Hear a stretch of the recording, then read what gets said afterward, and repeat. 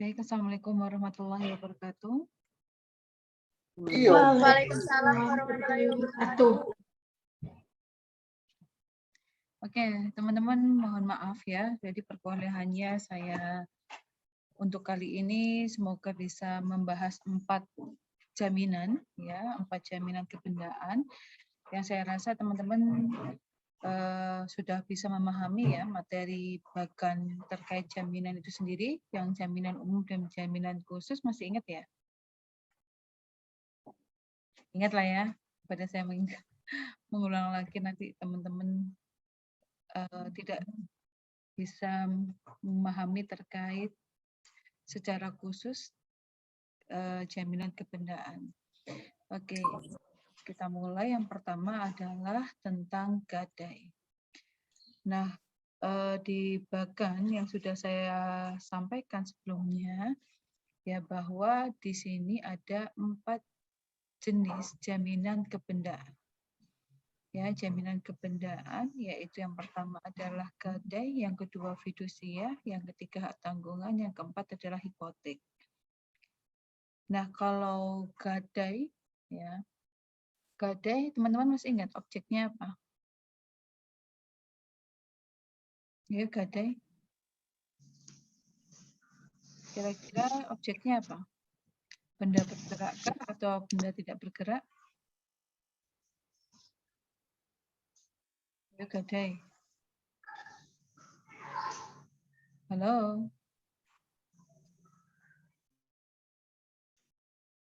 Ayo, kalau kepegadaian bergerak Bu, oke. dan tidak bergerak. Gimana Ilham? Gimana Ilham tadi? Benda bergerak, benda tetap masuk nggak? Termasuk Bu. Oke, yang lain atau ada yang pendapat lain? Benda kira-kira benda tetap atau tanah bisa nggak kita gadaikan? Bisa Bu. Gimana Azhar? Bisa Bu. Ilham bisa. Ya oke Ilham. Yang lain ada berpendapat berbeda? Ayo teman-teman.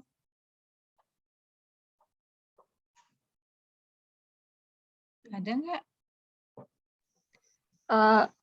Mungkin ini Bu, hanya benda bergerak saja. Soalnya kalau tanah itu masuk ke, kalau nggak salah kemarin itu masuk ke hak tanggungan gitu. Kalau nggak salah ya Bu. Oke, betul ya. Jadi yang disampaikan Ilham tadi separuh benar bahwa objeknya adalah benda bergerak.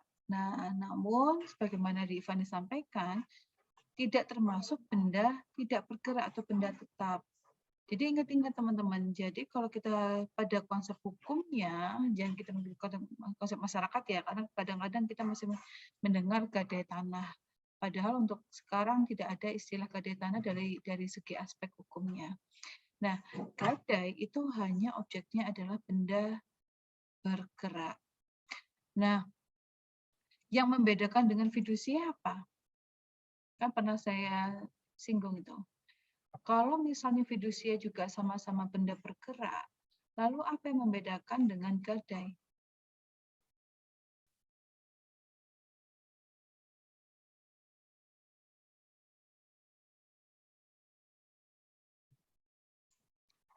Oh, lali ya.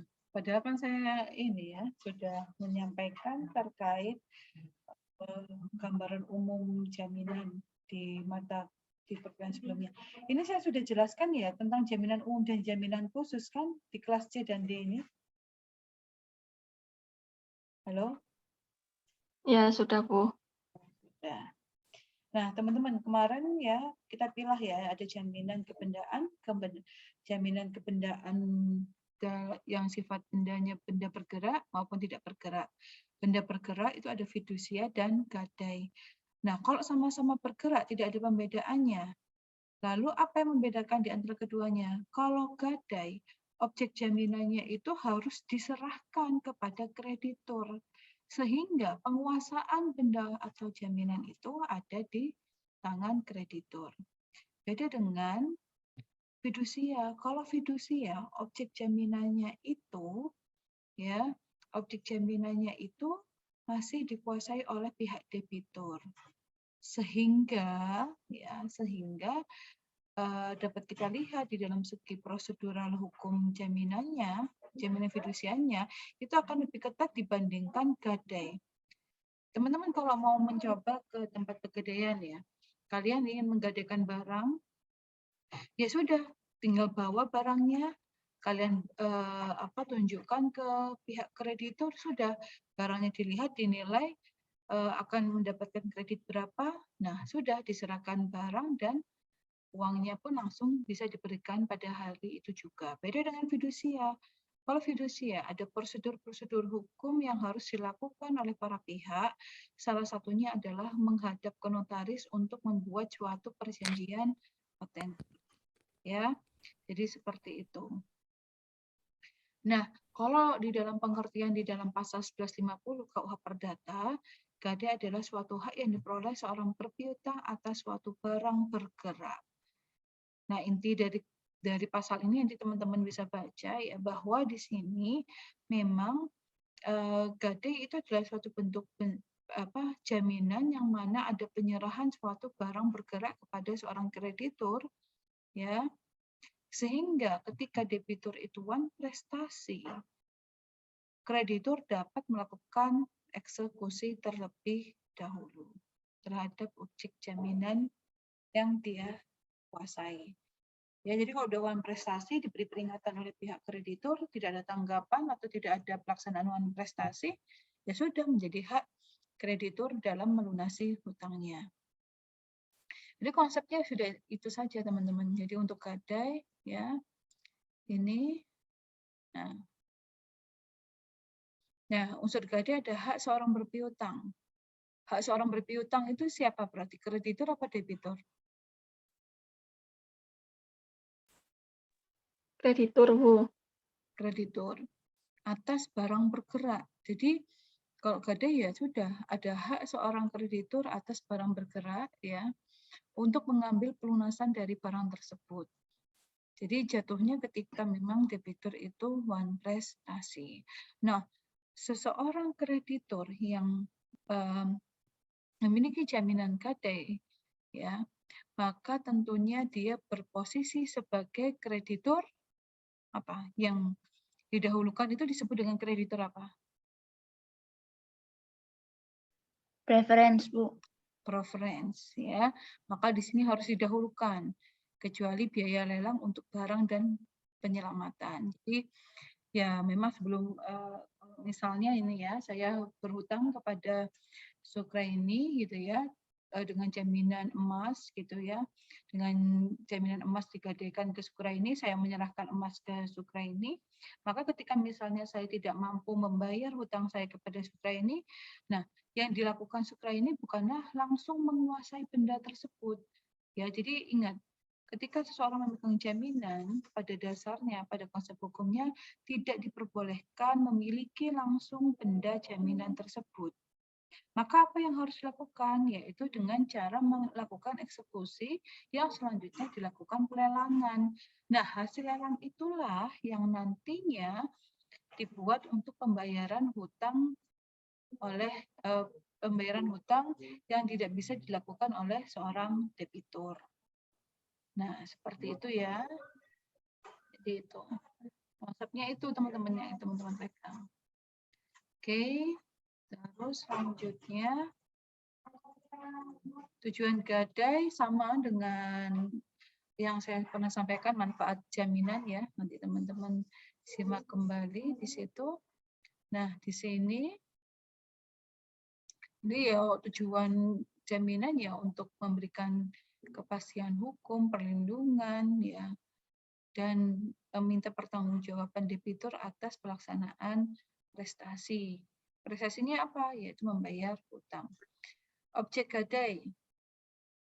Objek gadai kuncinya adalah benda bergerak dan dia harus diserahkan kepada penerima gadai. Jadi sudah ada penyerahan.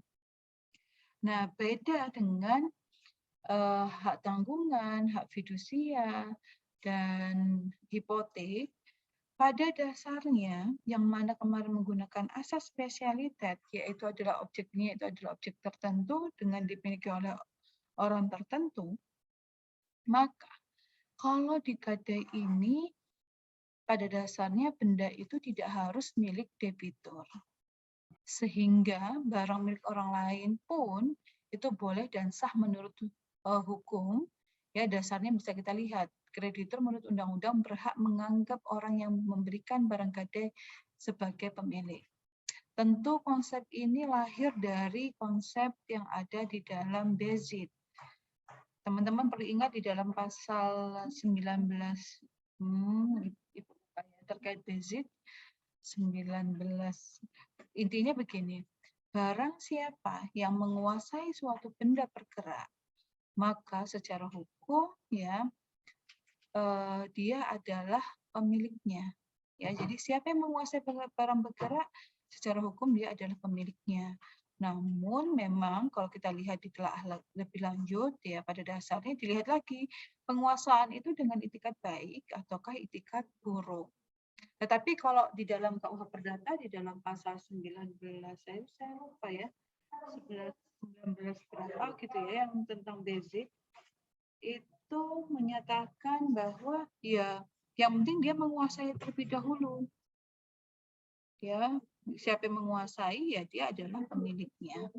Jadi KUH Perdata ini mengajarkan kita suudzon ya, hukum ini sebenarnya mengajarkan kita husnuzon. Jadi orang yang bawa motor, bawa emas yang memang dia pakai gitu ya, dia kuasai ya anggap saja itu adalah sebagai pemiliknya. Nah, konsep itu juga digunakan di dalam gadai. Ketika seseorang itu membau atau sudah menguasai barang tersebut, maka ya dia dianggap sebagai pemiliknya. Nah, jadi undang-undang itu hanya menentukan sahnya gadai itu adalah kecakapan debitur untuk bertindak menurut hukum.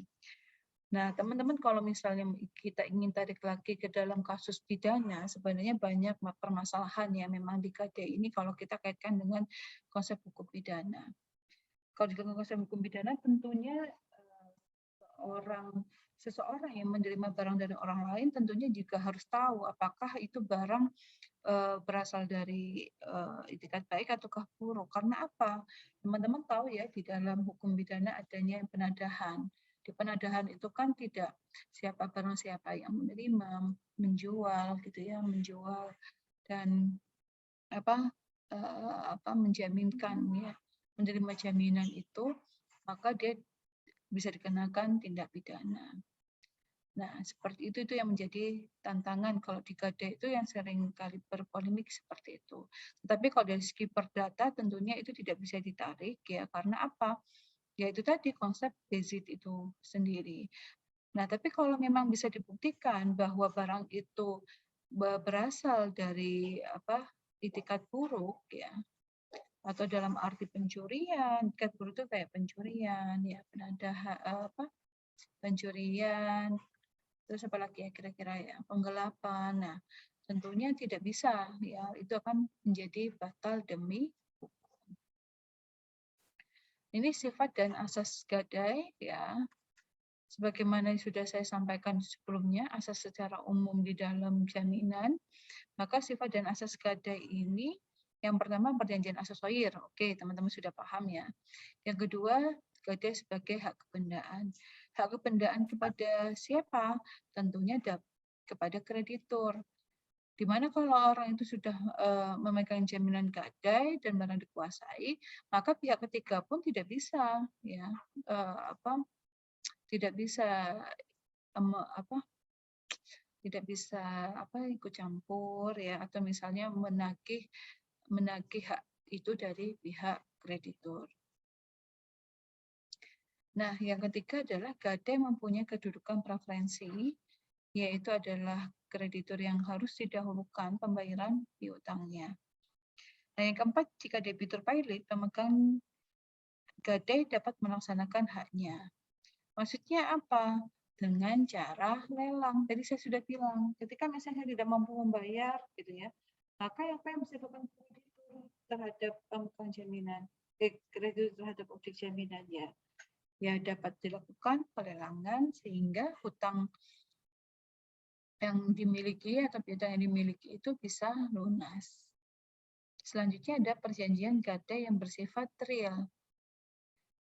Nah, real itu apa? Ingat, perjanjian real itu adalah perjanjian itu baru akan terjadi ketika sudah adanya penyerahan objek. Sehingga gadai ya baru akan terjadi ketika debitur menyerahkan objek jaminannya kepada kreditur. Seperti itu. Itu adalah asas gadai. Nah, syarat terjadinya, sebagaimana tadi yang sudah saya sampaikan, tentunya karena dia adalah perjanjian real, harus ada penyerahan barang jaminan.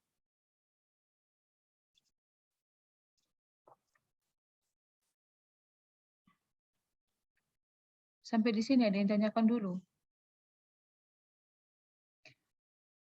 Saya rasa memang gadai ini konsep hukum yang paling simpel yang bisa teman-teman pelajari ya.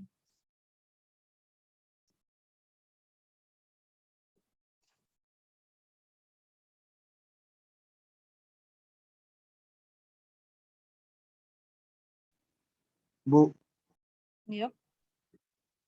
kalau nggak ada sertifikat rumah itu nggak bisa ya, Bu?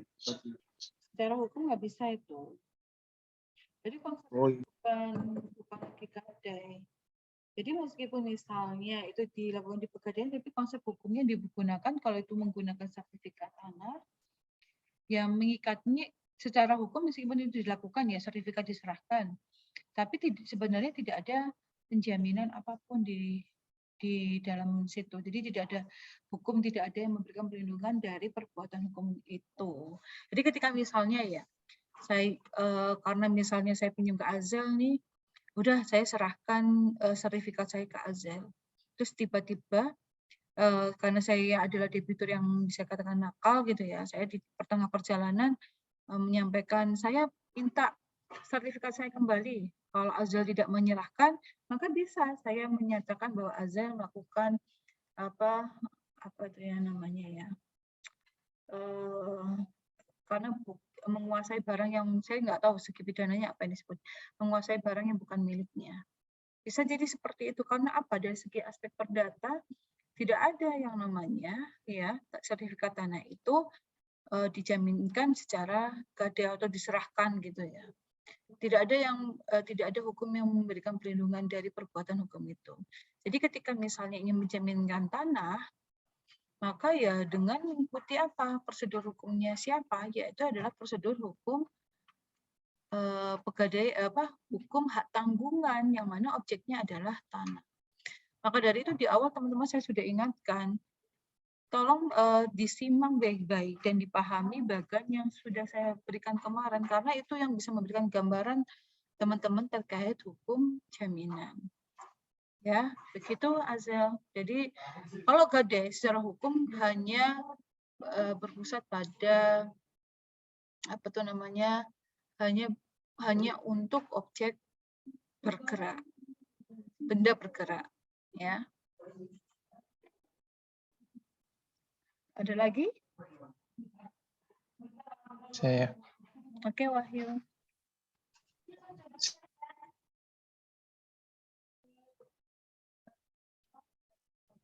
Halo, ada yang mau tanya lagi? Halo, tadi kayaknya ada yang saya deh. Oke, sambil menunggu kalau jika ada pertanyaan dari teman-teman. Yang selanjutnya, penjualan gadai yang tidak mencukupi pembayaran hutang. Nah, ini ceritanya ada kemungkinan misalnya ya, saya pinjam ke Azel itu sekitar 10 juta dengan jaminan laptop. Ya, dengan jaminan laptop. Dan diperkirakan ya paling enggak mencukupilah pada tahun itu. Ternyata pada masa eksekusi lelang ternyata harga jual laptopnya itu tidak lebih tinggi atau tidak lebih tinggi atau sama dengan 10 juta. Misalnya lakunya adalah 8 juta. Nah, lalu bagaimana, Bu? Ya sudah, hasil lelangnya 8 juta itu dimiliki oleh Azel, Dan 2 jutanya bagaimana? Nah, 2 jutanya ini bisa dikategorikan ya bahwa itu adalah hutang yang belum terlunas karena memang Azel ini sudah tidak memegang jaminan apapun ya karena laptopnya sudah terjual, tentunya ya jaminan gadainya berakhir. Dengan demikian posisinya adalah Azel berubah menjadi kreditur kongruen. Karena 2 juta itu tidak ada jaminan apa-apa seperti itu. Ya, jadi logikanya seperti itu. Kalau misalnya hasil lelang gadai itu tidak mencukupi, ya tentunya sisanya itu si kreditur posisinya sebagai kreditur kongruen. Cara pengadaan gadai, gadai tentunya ya dengan adanya penyerahan objek gadai. Nah, ada berbagai macam ya. Kalau misalnya di situ ada sertifikat deposito saham, maka ada penyerahan barang atau surat piutangnya. Ya, sertifikat depositonya diserahkan, sahamnya diserahkan gitu ya. Yang kedua, surat piutang atau surat piutang atas nama. Nah, kalau surat piutang atas nama ya dilakukan dengan cara cesi. Cesi itu apa? Pengalihan piutang kepada kreditur baru. Jadi seperti itu. Surat piutang atas tunjuk atau wesel dengan cara endorsement disertai dengan penyerahan surat piutang. Kalau yang ini nanti secara detail nanti teman-teman coba pelajari di bagian surat berharga ya, di hukum ekonomi bisnis kalau ada. Seperti itu.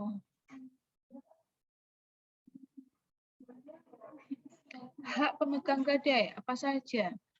Tentunya hak pemegang gadai ini hak untuk melelang atau menjual apabila debitur tidak memenuhi kewajibannya.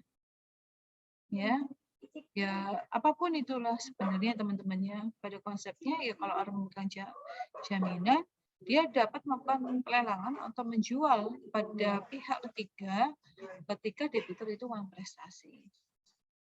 Nah, kedua apa? Hak memberikan hak menguasai. Ketika barang itu ada di tangan kreditur, dia berhak untuk menguasai objek tersebut. Namun, tidak serta-merta juga memberikan hak untuk memakai, memungut hasil dalam arti misalnya kalau dia menggadaikan mobil sehingga kreditur menggunakan mobil itu sebagai kendaraan go-kart misalnya. Tidak boleh. Yang ketiga, tidak juga memberikan hak untuk memiliki. Ya. Nah, ini kalau ada hal atau klausula yang diperjanjikan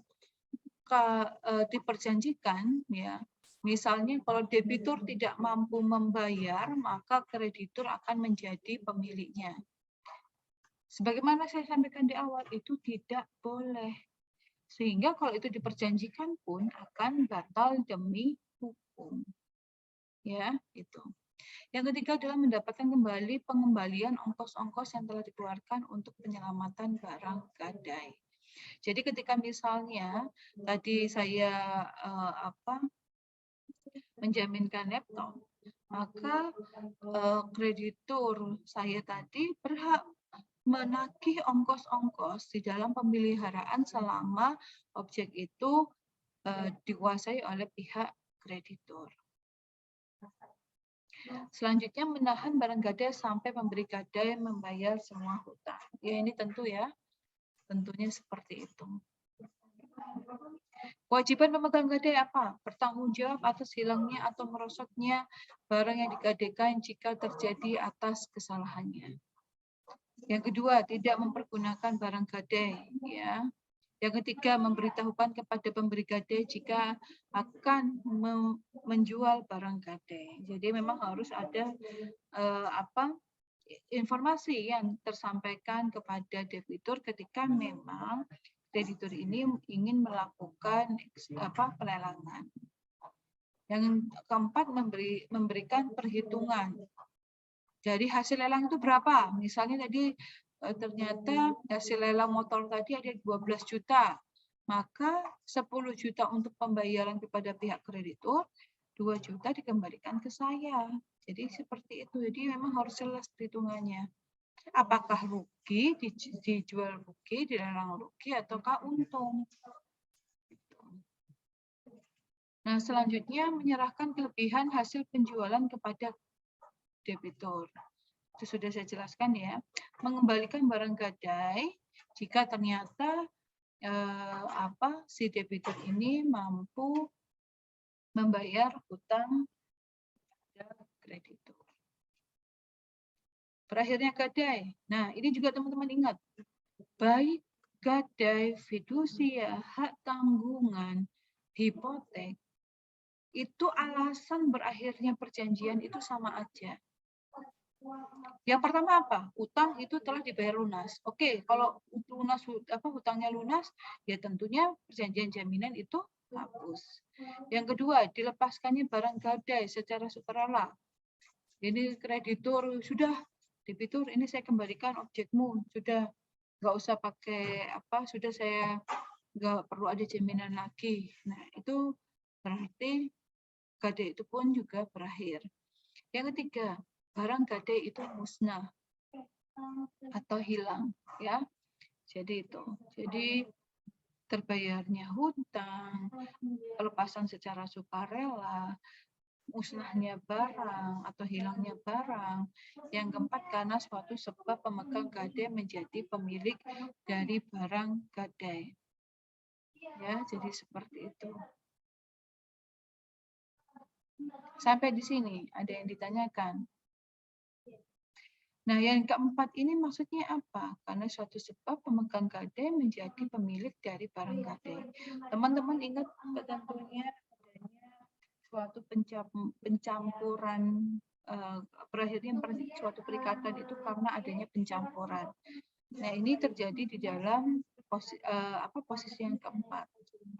Pencampuran maksudnya apa? Ya, bisa dalam perkawinankah atau dalam hal pewarisankah. Oke, sampai di sini untuk gadai sendiri ada yang ditanyakan? Saya Bu, izin bertanya Bu. Oke, Fani, silakan. Yang pertama itu bagaimana kalau ternyata itu barang gadainya itu bukan hasil dari itikat baik Bu. Jadi pertamanya itu pemegang gadai nggak mengetahui bahwa itu kan barang hasil dari itikat baik gitu. Jadi pada pertengahan itu ternyata barang itu bukan miliknya sendiri atau dipermasalahkan oleh pemilik sesungguhnya seperti itu Bu.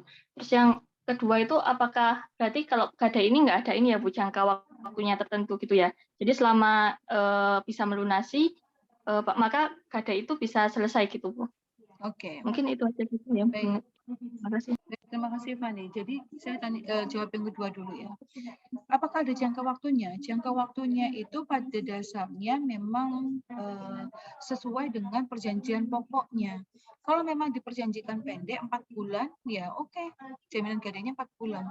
Jadi jaminan, ya perjanjian jaminan itu otomatis memiliki jangka waktu sebagaimana perjanjian hutang piutang. Itu ya, itu yang kedua tadi. Yang pertama apa? Itu bagaimana ketika ternyata objeknya adalah itu milik pihak ketiga dan diketahui dan bisa dibuktikan secara sah demi hukum itu adalah milik pihak ketiga.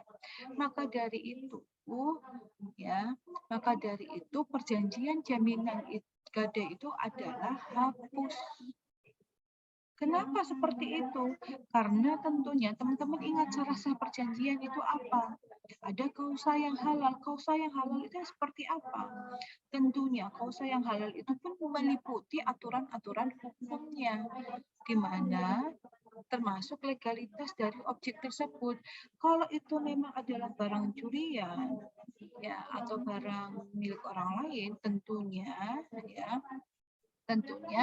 perjanjian gadai itu akan hapus atau batal demi hukum. Ya, dari segi perdata bisa dituntut secara keperdataan, secara pidana, si debitur juga bisa dilakukan penuntutan secara pidana. Gitu Ivani, bisa dipahami ya? Ya Bu, bisa. Terima kasih Bu. Oke, ada lagi untuk gadai? Saya Bu. Oke, Wahyu. Mohon maaf tadi karena ada gangguan jaringan, jadi tanyanya gini Bu. Saya mau menambahkan pertanyaan dari Mbak Ivani yang pertama. Bila mana suatu barang gadai itu tadi adalah suatu barang pencurian lalu digadaikan ke pihak kreditur, apakah pihak kreditur itu bisa dikenai dengan pidana penadaan, Bu? Nah, ini dari segi pidana sebenarnya akan lebih seru, akan ditilik dari segi pidana ya. Tentunya kalau memang ini, jadi begini, ketika memang si penerima jaminan itu tidak melakukan prosedural secara hukumnya atau bisa secara hukum itu dinilai dinilai teman-teman ini waktunya itu kan saya menggunakan Zoom sendiri. Jadi nanti kalau tiba-tiba berakhir segera langsung gabung ke link yang sama ya. Jadi ini tinggal 1 menit. Oke, kembali lagi tadi pertanyaan Wahyu.